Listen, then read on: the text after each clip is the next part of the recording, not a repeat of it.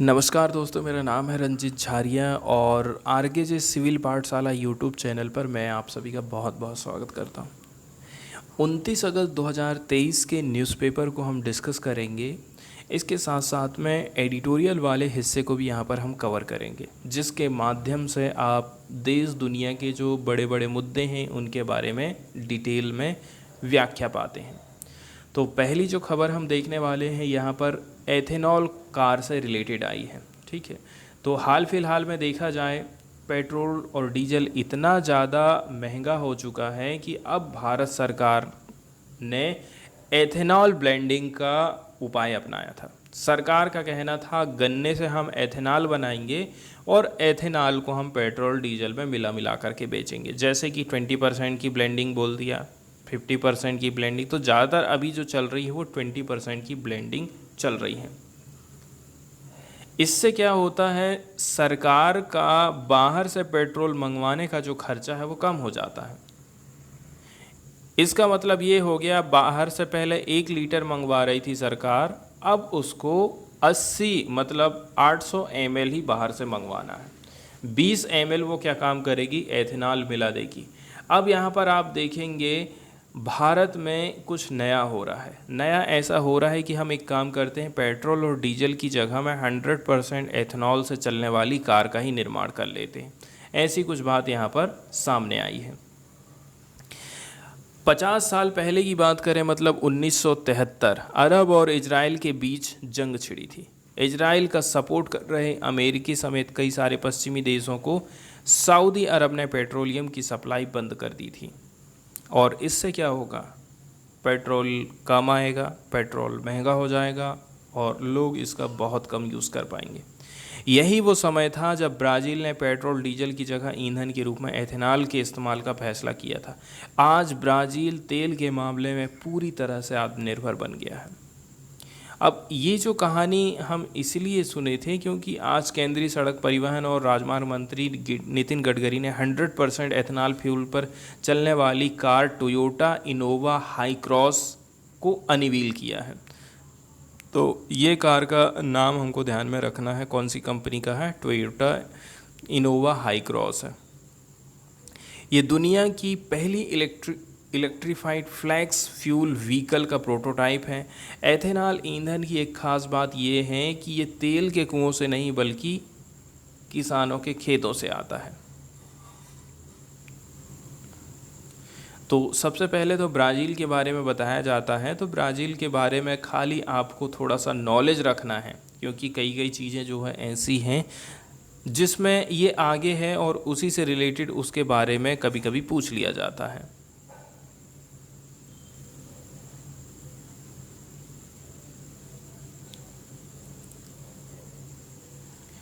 कुछ अच्छे कदम तो उठाए ही हैं ब्राज़ील ने। इसके अलावा ब्राज़ील की बात करें तो यहाँ पर फ्लैक्स फ्यूल इंजन वाली 93% गाड़ियाँ हमको देखने को मिल जाती हैं।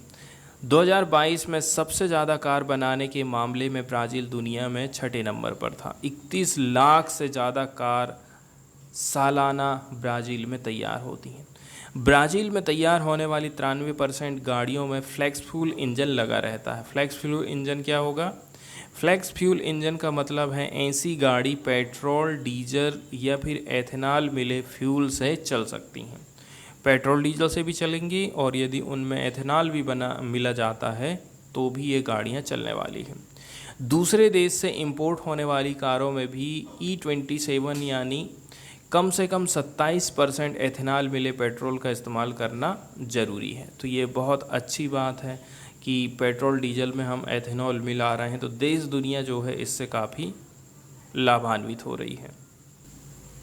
अब हम बात करते हैं एथेनॉल की कि एथेनॉल आखिर होता क्या है। तो एथेनॉल एक प्रकार का अल्कोहल होता है जो गन्ने के रस से, मक्का, सड़े आलू, कसावा, सड़ी सब्जी से इसको तैयार किया जाता है। तो एथेनॉल की ब्लेंडिंग से एक फ़ायदा होता है गन्ना उत्पादक किसानों को भी। ठीक है, इसलिए भी जो है गवर्नमेंट एथेनॉल का ज़्यादा उत्पादन करवाना चाहती है। स्टार्च और शुगर के फर्मेंटेशन से बने एथेनॉल को पेट्रोल में मिला करके हम बायोफ्यूल की तरह यूज़ करते हैं। इसको आप 3 रूप में देखते हैं। 1G ethanol, 2G ethanol, 3G ethanol. 1G की बात करें, फर्स्ट जनरेशन एथेनॉल गन्ने के रस से, मीठा चुकंदर, सड़े हुए आलू, मीठा ज्वार और मक्का से बनाते हैं। अब सेकेंड जनरेशन एथेनॉल की बात करें तो सेल्यूलोज और लिग्नोसेल्यूसिक मटेरियल जैसे चावल की भूसी, गेहूं की भूसी, कार्न कॉब मतलब भुट्टा, बांस और वुडी बायोमास से इसका निर्माण किया जाता है। थर्ड जनरेशन बायोफ्यूल की बात करें तो एलगी से इसका निर्माण किया जाता है, लेकिन अभी इस पर काम चल रहा है। फ्लेक्स फ्यूल के बारे में हमने बहुत कम सुने हैं, क्योंकि हमारे यहाँ पर ब्लेंडिंग एथेनॉल का इस्तेमाल ज़्यादा किया जाता है, ब्लेंडिंग पेट्रोल। यहाँ पर पिक्चर आप देख सकते हैं, गन्ना, चुकंदर, आलू, ज्वार, चावल, गेहूँ, मक्का, बांस, इन सब से इसका निर्माण किया जाता है।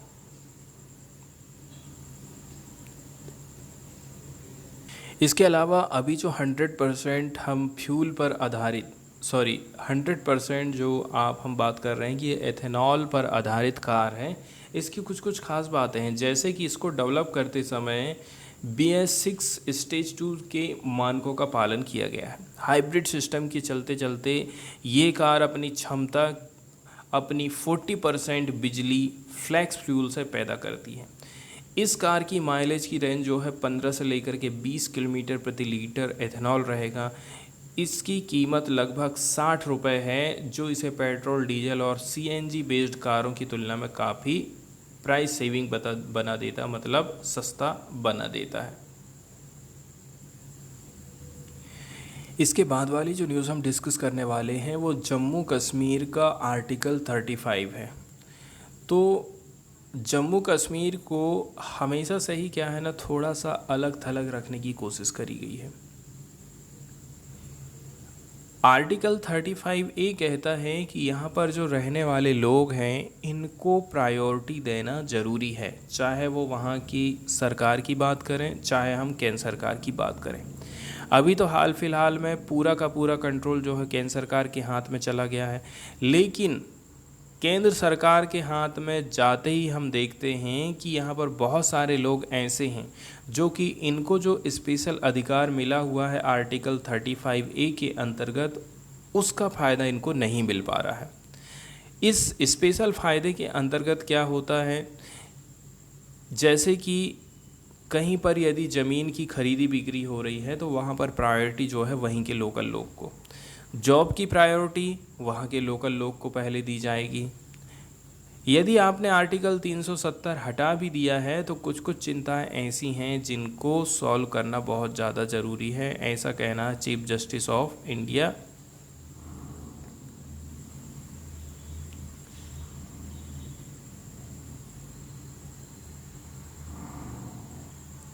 तो इसके पीछे भी क्या है ना, बहुत सारे रीज़न हो सकते हैं, जैसे कि वहाँ की कल्चर को यदि हमें बचा के रखना है, ठीक है, वहाँ के लोगों को यदि हमें बचा के रखना है तो ऐसी सुविधाएं दिए जाना थोड़ा सा ठीक लगता है।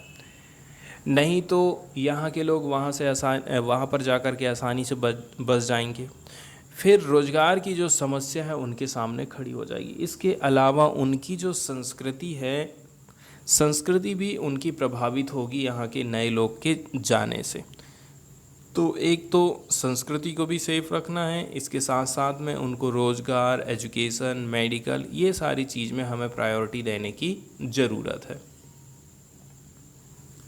Chief justice of India DY Chandrachud ने कहा है कि जो आर्टिकल 35 है, जिसके माध्यम से जम्मू एंड कश्मीर के लोगों को पावर दी गई है, जम्मू एंड कश्मीर के लेजिस्लेचर को पावर दी गई है कि वो डिफाइन करेंगे परमानेंट रेसिडेंट कौन है of the state and provide करेंगे उनको एक special privilege denied fundamental right to other. वहीं अदर लोगों को कहेंगे हम कि आपको ये चीज़ नहीं मिलेगी, लेकिन जम्मू कश्मीर के लोगों को हम कहेंगे कि आपको ये चीज़ मिल सकती है। आर्टिकल 35 ऑलरेडी से ऐसी बातें बोलता है। जैसे कि यहाँ पर बताया जा रहा है परमानेंट रेजिडेंट कौन रहेगा, इसके अलावा नॉन रेजिडेंट्स कौन हैं, इक्वल अपॉर्चुनिटीज़ उनको मिल रही है कि नहीं मिल रही है एम्प्लॉयमेंट के मामले में, right to acquire property and the right to settle Jammu and Kashmir. इसके बाद अगली जो जानकारी हम डिस्कस करने वाले हैं वो आदित्य L1 मिशन से रिलेटेड है। तो सबसे पहले इसके बारे में हम बेसिक जानकारी देख लेते हैं। आदित्य L1 मिशन हम आखिर भेज क्यों रहे हैं। तो पहली बार देखा जाए साउथ पोल पर सॉफ्ट लैंडिंग करने वाला देश बन गया है भारत। हम जो है चंद्रयान-3 मिशन के माध्यम से अंतरिक्ष में एक बार सफल हुए हैं। इसी सफलता की कड़ी को हम आगे बढ़ाते हुए चाहते हैं कि सूरज के पास भी हम हमारा जो है एक अंतरिक्ष जो सैटेलाइट है इसको भेजें। इसका नाम रखा गया है आदित्य L1 मिशन। भारतीय अंतरिक्ष अनुसंधान इसरो ने 28 अगस्त को घोषणा किया था कि सूर्य का अध्ययन करने वाला भारत का पहला अंतरिक्ष आधारित यान आदित्य L1 का प्रक्षेपण हम 2 सितंबर सवेरे 11:50 को हरिकोटा से करने वाले हैं। विशेष रूप से इस मिशन के प्रति लोगों के उत्साह को देखते हुए आम जनता को Shri Harikota launch view gallery से इसके प्रक्षेपण के देखने की अनुमति भी रहने वाली है। आदित्य L1 4 महीने में 15 लाख किलोमीटर का सफ़र तय करेगा। भारत के लिए काफ़ी इम्पोर्टेंट हो जाता है आदित्य L1। अब हम बात करते हैं कि सरकार इस मिशन को आखिर भेजना क्यों चाहती है। आदित्य L1 का उद्देश्य है सूर्य की सबसे बाहरी परत का निरीक्षण करना और सूर्य पृथ्वी लैग्रेंज बिंदु जिसको L1 बोला जाता है पर सौर हवा की स्थिति का अध्ययन करना। ये अंतरिक्ष यान पृथ्वी से लगभग 15 लाख किलोमीटर की दूरी पर संचालन के लिए तैयार है। ये बिंदु पृथ्वी से लगभग 1.5 मिलियन किलोमीटर दूर है। आदित्य L1 को उस बिंदु तक पहुंचने में 120 दिन या फिर 4 महीने लगेंगे। सौर अवलोकन करने के मामले में ये पहला अंतरिक्ष मिशन माना जाता है। हम चाहते हैं कि सूरज को एक्सप्लोर करें। उसके बारे में आप अपनी किताबों में कुछ चेंजेस देखने को मिलेंगे यदि हम इसमें सफल हो जाते हैं तो। वहीं यदि हम बात करें आदित्य L1 का मैन्युफैक्चरिंग कैसा रहा है तो समाचार एजेंसी PTI से बात करने के बाद पता चला है कि आदित्य L1 पूरी तरह से स्वदेशी है। ये उल्लेख किया गया है जबकि आदित्य L1 लैग्रेंज बिंदु पर पहुंचता है तो ये बिना किसी रुकावट के लगातार सूरज का अवलोकन करने में महत्वपूर्ण लाभ प्रोवाइड करेगा। इसके बाद वाला जो एडिटोरियल हम डिस्कस करने वाले हैं ये एडिटोरियल भारत में सेक्सुअल एजुकेशन प्रोवाइड करने को लेकर के हैं। भारत में जो है सेक्सुअल एजुकेशन प्रोवाइड करके बच्चों का जो शोषण होता है, बच्चों के साथ में जो रेप होता है, उस चीज़ को रोका जा सकता है। इमीडिएटली वो विरोध कर सकें, इमीडिएटली तरीके से वो पुलिस को इन्फॉर्म कर सकें, ये सारी चीज़ें हैं। एक तो इसको रोकना है। इसके साथ साथ में सेक्सुअल एजुकेशन यदि स्कूल और कॉलेज में प्रोवाइड करी जाएगी तो इससे पता चलेगा कि फ्यूचर उनका कभी बर्बाद ना हो। बहुत सारे बच्चे ऐसे रहते हैं जिनको जानकारी नहीं रहती है, जानकारी के अभाव में जो है पुलिस के चंगुल में वो लोग पड़ जाते हैं। इसीलिए बताया जा रहा है कि सेक्सुअल एजुकेशन को प्रोवाइड करना कितना ज़्यादा ज़रूरी है। ना केवल भारत बल्कि इंटरनेशनल लेवल पर जो संस्थाएं बनाई गई हैं वो भी इस बात पर जोर देती हैं कि भाई आप कुछ ऐसा नियम कानून लेकर के आइए या फिर एक काम करिए, एजुकेशन सिस्टम में ही इस चीज़ को आप शामिल कर दीजिए। इससे बच्चियों का जो रेप होता है उसको रोका जा सकता है। इसके साथ साथ में जो यंग कपल है जिनके ऊपर आरोप लगा दिया जा रहा है, उन्होंने यदि रिलेशन बनाया है तो रेप का, कि उन्होंने मेरी बेटी का, मेरी बहन का रेप कर दिया, उसको हो गई जेल। जबकि बाद में ये पता चला है हाई कोर्ट में जा कर के कि नहीं, लड़का और लड़की दोनों सहमत थे।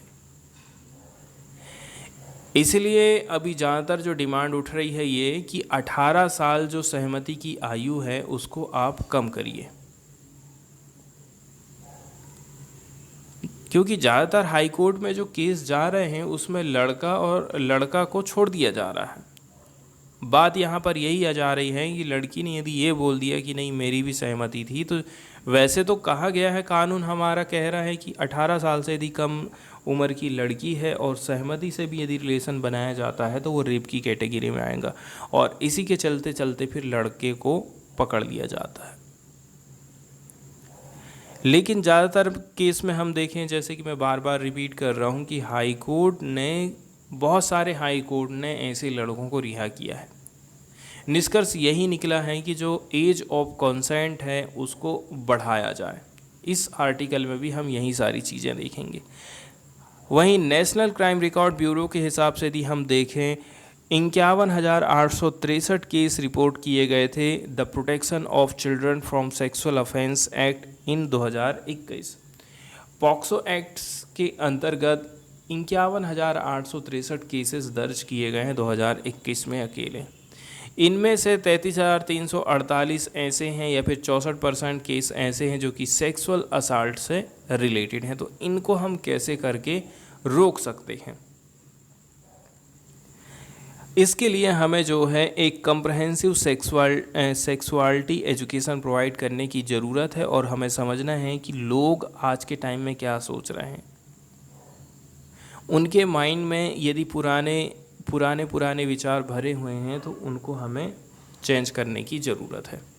इसके साथ साथ में यदि हम यूनाइटेड नेशंस की बात करें, यूनाइटेड नेशंस भी जो है करिकुलम बेस्ड प्रोसेस की बात करता है कि हमें टीचिंग क्या करें, हमें लर्निंग में क्या बताने की ज़रूरत है बच्चों को। तो लगभग उनकी जो cognitive, emotional, physical, social aspect है सेक्सुअलिटी को, ये सारी चीज़ें हमें बताने की ज़रूरत है। लेकिन आज के टाइम में बहुत सारी स्टेट गवर्नमेंट ऐसी हैं जो कि इस मामले को इग्नोर कर देती हैं, वो कम्प्रहेंसिव सेक्सुअलिटी एजुकेशन प्रोवाइड नहीं करती हैं।